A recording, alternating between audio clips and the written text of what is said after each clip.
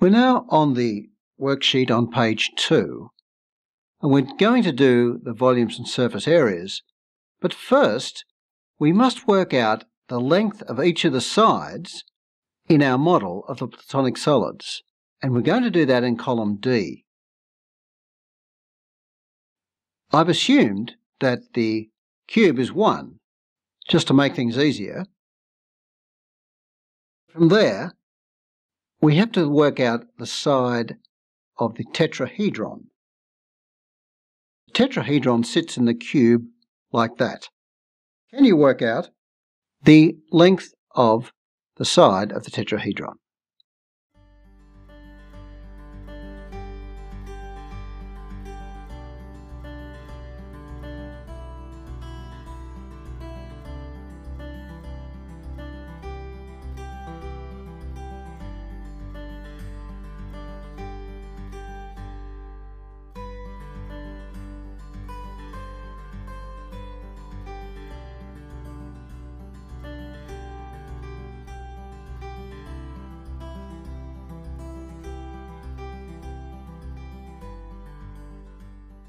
Well, of course, it's the hypotenuse of a triangle with A and B sides of 1 and 1, so that's √2.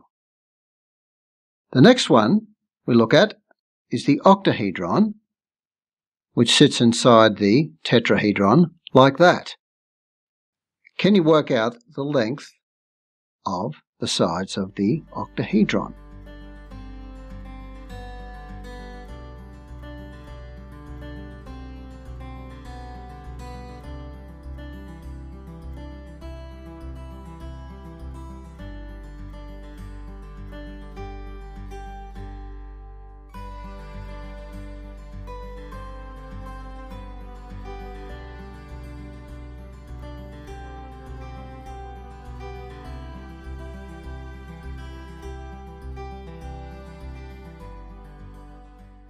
Well, it halves each of the sides, and each of those octahedron sides is an equilateral triangle. It's √2/2.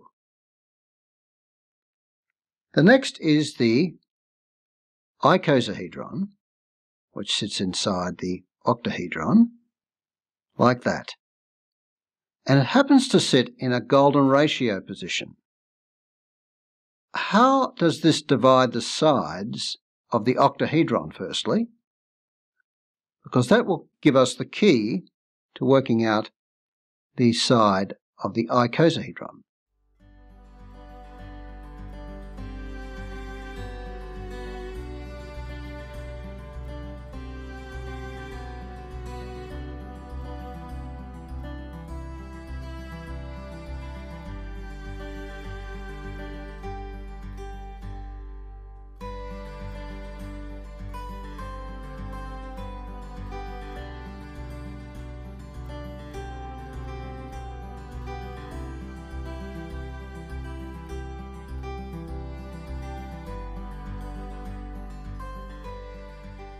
Let us assume that the octahedron has a side of 1.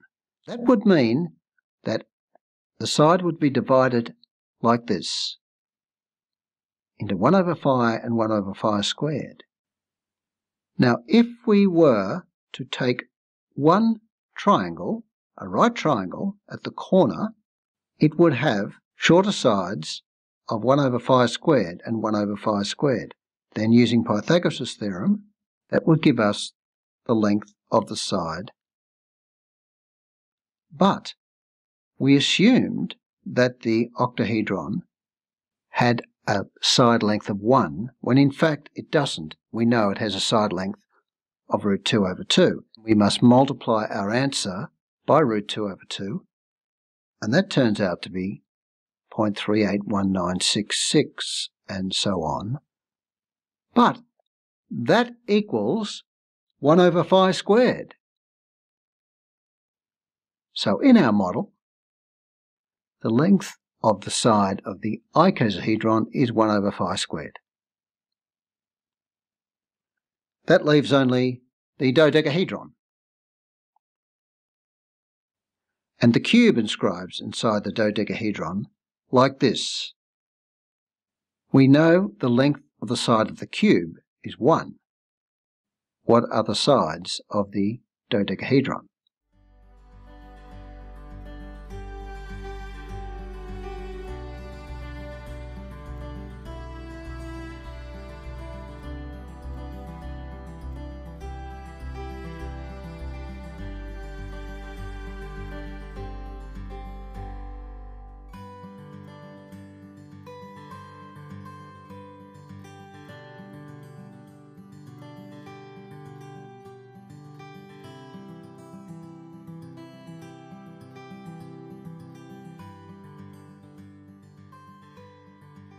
That side of the cube is the diagonal of a regular pentagon.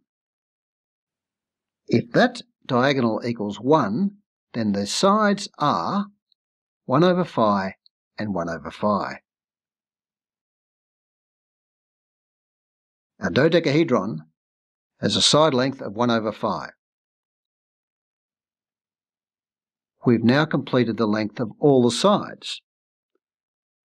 We can now go ahead and work out the volumes and surface areas.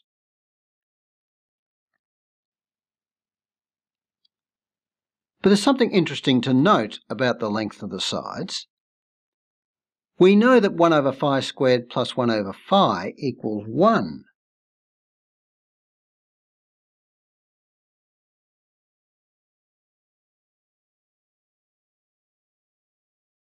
But that means that in our model, the side length of the icosahedron plus the side length of the dodecahedron equals the side length of the cube.